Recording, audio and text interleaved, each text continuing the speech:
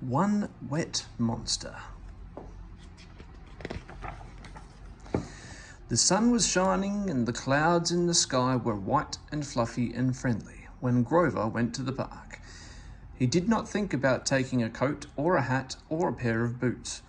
Who would need those things on a sunshiny day like today? All afternoon Grover played with his friends in the park. He slid down the slide and swung on the swings and climbed on the jungle gym.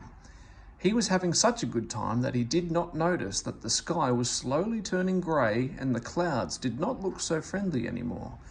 Then the wind began to blow and there was a rumble of thunder in the distance.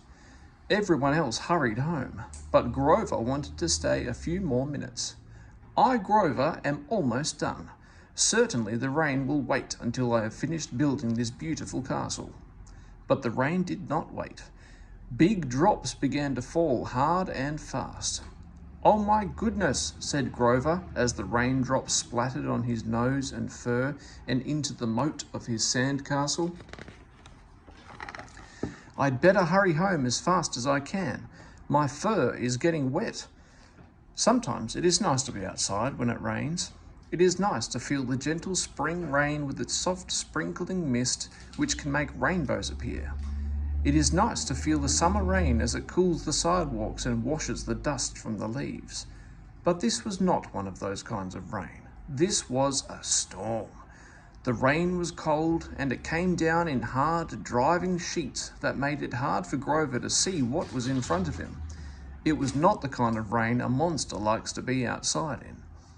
Grover's mummy saw that it had started to rain. She put on her raincoat, got her umbrella, and headed towards the park to find Grover.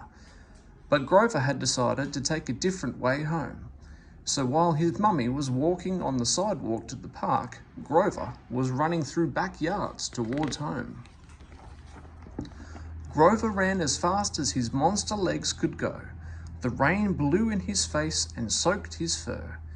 "When I get to the mailbox," panted Grover, "I will have only 25 more steps to go. Then I will run around the corner and I will be able to see my house."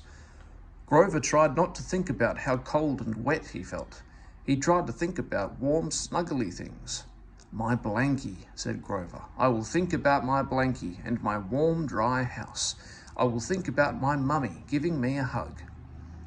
At last, Grover passed the mailbox, turned the corner, and saw his house. He could see the light on, and he could see his mummy waiting for him at the door. "I came to look for you," she said, "but I could not find you."